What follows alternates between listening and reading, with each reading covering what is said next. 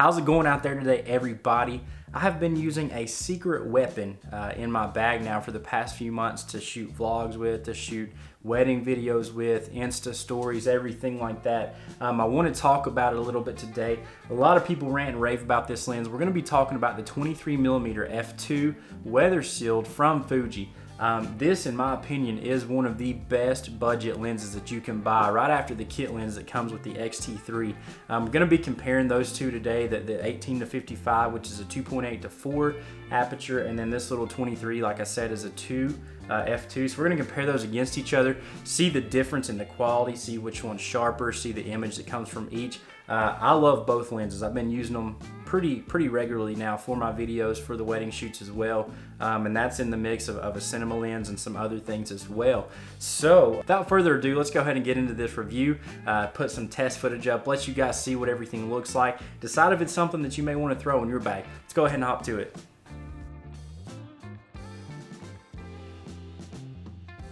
Alright, so we're back, and let's talk about a few things with this 23 before we actually throw up the example footage that I have. Number one, the thing that I want to talk about with the 23 is this thing's price. For this lens right here, an f2 weather sealed or weather resistant, that's what the WR stands for in the description. This thing comes in at $450 brand spanking new. Now, I know that you can get them used for about $250-ish, which is a steal for an f2 of this quality. So the first thing that I love about the 23mm is the price. I mentioned this before. I like budgets when it comes to, or I like good deals when it comes to lenses, when it comes to video, because I'm not a full-time shooter. I do this for fun, do it because I want to, but the price that this thing is, and the whole f2 lineup for that matter, the 35mm, I think they have a 50mm f2 as well. These things are priced very aggressively, and I believe that's why they're so popular. Second thing about this lens is the durability. This thing may be small, and I mentioned this about the kit lens, the 18 to 55, but it still feels like a little tank. Now there is a caveat. This lens right here, I actually have dropped it from a pretty far distance. It landed on my hardwood, didn't shatter the glass or anything, but I believe I messed up the autofocus motor in it. It still works fine when I'm manual focusing for videos and everything. But even at that, that was my fault. That was not the lens. I still feel like it's a little tank. Obviously, don't be throwing it against walls or dropping it against hardwood floors, and it'll probably last a long time, but it still works just fine, manual focusing. Autofocus now is just a little jumpy, and it seems like it's hunting a little bit. That's me, not the lens. Another thing with the 23 that I absolutely love is the form factor. Because it is so small, when I'm shooting a wedding or if I'm out shooting just random shots on the street, I'm not having to worry about having a big long telephoto on the front of the Fuji or having a lens that's very invasive. I can be pretty backed off. You know, this is about a 35mm equivalent on a full frame, so I can be fairly backed off when it comes to shooting my videos with the weddings. I'm not having to worry about being really intrusive. The downside to that is it kind of does look like a toy to some people whenever you have a full video rig on a glide cam and you have that little 23mm that looks like a jar of baby food. You know, it definitely helps the forearms when you're carrying the glide cam on it with it especially. So yeah, I actually do enjoy the form factor, even though it does look a bit toyish. It definitely helps save you when it comes to weight. And when it comes to balancing the glide cam, I don't have to have a lot of counterweight with that, even with my monitor and everything like that. Finally, the thing that I love about this 23 is the sharpness, not only for photo but for video both. This lens is stupid sharp. I don't know how Fuji does it with all of their lenses, but for $450, this thing in my mind delivers as good a quality as the cinema lens that I use, and it's not an expensive cinema lens. It's a Rokinon, and we'll probably have that in a future video too, because I'm excited about that lens. But the sharpness that this thing delivers, even backed off at f2, I was shooting a maternity shoot a few months ago.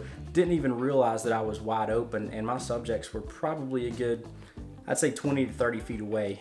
And the sharpness from this lens, I'll try to put that photo up if I can find it. The sharpness from this lens, even with them back that far off from corner to corner, blew my mind. Did not even realize that that was the case. This thing never ceases to amaze me when it comes to the sharpness game. The only thing that I have to say about this lens that I really am not a fan of, and like I said, this could be my fault. I can't really remember how it was before I dropped it, but the autofocus seems unnaturally snappy during video. Now with photo, not a problem at all. It's quick, it locks on, good to go. But when it comes to video, to me, it's a little unnatural with the way it racks focus. And I know that you can change the focus settings in the X-T3. I've done that. It still focuses super snappy and fast. That's really the only thing that I'm not a fan of when it comes to the video side with the 23mm. So what we're gonna do now, I've actually got some example videos that I'm gonna put up, just some shots around the house comparing the 18-55 with the 23. And I'm gonna have the 18-55 set out at about 23mm. Now keep in mind, it will be between 2.8 to 3.5 at that focal length, but this one will still be wide open at f2. I want you guys to see the difference in the way that it separates the subject and the background.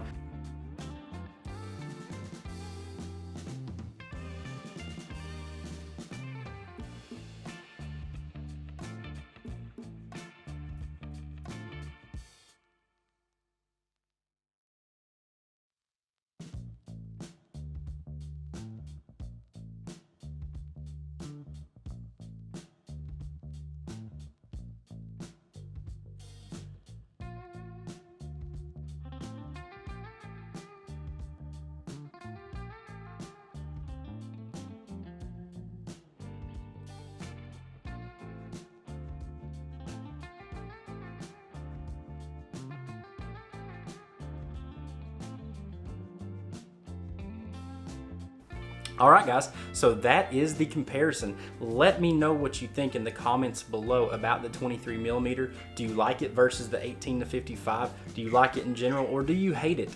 Is this something that you plan on putting in your bag? I'll tell you this, for me personally, like I said, it has become a workhorse in my bag for weddings, for everything that I do now. So cheap, so much bang for your buck there. Random baby noises, thanks baby girl.